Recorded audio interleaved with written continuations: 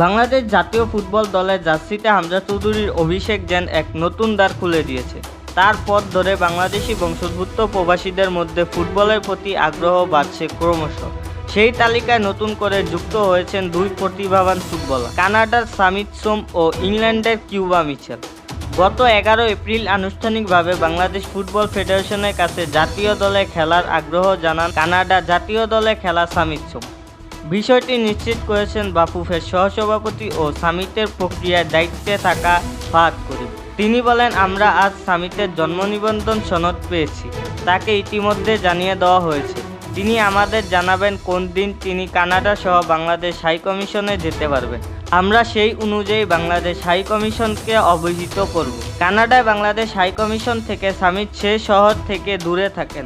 Passport আবেদনের সময় সামিটকে তার জন্ম সনদের পাশাপাশি বাবা মায়ের প্রয়োজনীয় কাগজপত্র সঙ্গে নিতে হবে। এদিকে আরেক চমক করা খবর এসেছে ইংল্যান্ড থেকে। সান্ডারল্যান্ডের অনূর্ধ্ব 21 দলে খেলা কিউবা মিচেলও বাংলাদেশের হয়ে খেলার আগ্রহ প্রকাশ করেছেন।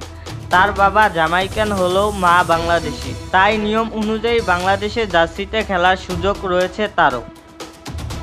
ফুটবল নিয়ে আমাদের আজকের আপডেট এই পর্যন্তই ছিল। আমাদের চ্যানেল থেকে নিয়মিত ফুটবল সম্পর্কে আপডেট পেতে আমাদের চ্যানেলটি সাবস্ক্রাইব করে রাখুন। ধন্যবাদ।